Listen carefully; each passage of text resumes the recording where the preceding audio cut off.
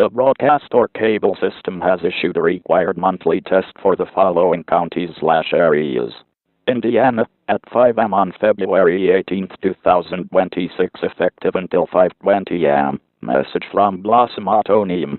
To the citizens and local authorities of the great state of Indiana, this is Blossom Utonium. As part of our commitment to safety and community preparedness, we are conducting this scheduled test of the emergency alert system. While the Townsville team usually handles threats of a more colorful nature, we know that being prepared for any emergency starts with ensuring our communication lines are clear and functional.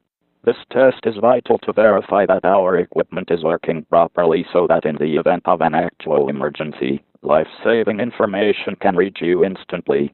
There is no cause for alarm, and no action is required on your part at this time. We appreciate your cooperation and your dedication to keeping our communities safe. Everything is under control. Professor Utonium sends his regards, and we wish you a safe and productive morning. This concludes the required monthly test for this area.